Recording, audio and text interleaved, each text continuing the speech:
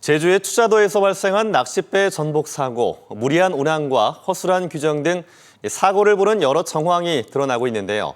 한 해 55만 명이 낚싯배를 이용하는 충남 서해안도 예외가 아닙니다. 곳곳이 안전관리의 사각지대에 놓여 있습니다. 서주석 기자가 집중 취재했습니다. 지난 6월 보령 오천항 앞바다, 채 어둠이 가시자는 새벽녘, 낚싯배가 정박 중이던 바지선과 충돌해 낚싯배에 타고 있던 2명이 숨지고 8명이 중경상을 입었습니다. 낚싯배의 스크류에 어망이 감겨 바다에 고립됐다 구조되기도 하고, 한치 앞을 보기 힘든 안개 속에 기관 고장으로 표류하다 가까스로 화를 면하기도 합니다. 지난 2011년부터 지난해까지 충남 서해상에서만 642건의 선박사고가 발생한 가운데 최근 3년간 낚싯배 사고만 100건이 넘습니다. 충남도 내 등록된 낚시여선은 1,054척. 하지만 등록과 면허가 필요 없는 5마력 이하의 레저용 소형 낚싯배도 1000여 척이나 되는 것으로 추산됩니다. 소형 어선일 경우는 선박 단속 활동을 지향하시고 선박 안전 상태라든지 이런 걸 해경센터에 통보하면은 우리가 또 도움을 줄 수 있으니까 그런 것. 그러나 안전 규정을 어기기 일쑤입니다. 연료가 떨어져 바다 한가운데 멈춰 서거나 어망에 걸쳐 표류하는 경우가 많습니다. 고깃대를 찾아 무리하게 먼 바다까지 나가거나 양식장 인근 등 조업이 제한된 구역까지 침범한다는 얘기입니다.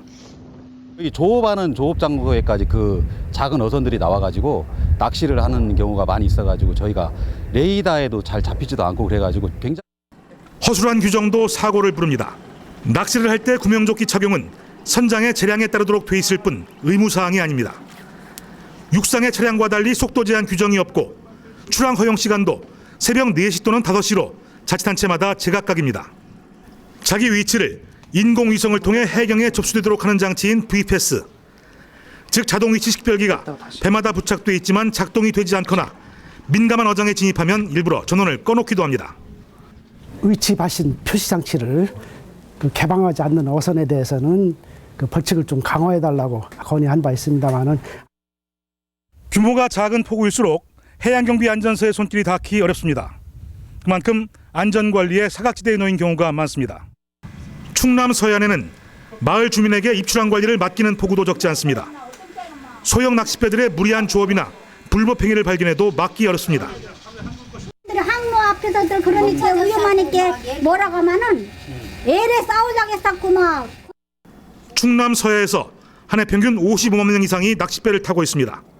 안전관리 규정이 강화되지 않는 한 위험한 출항이 계속될 수밖에 없습니다. MBC 뉴스 서주석입니다.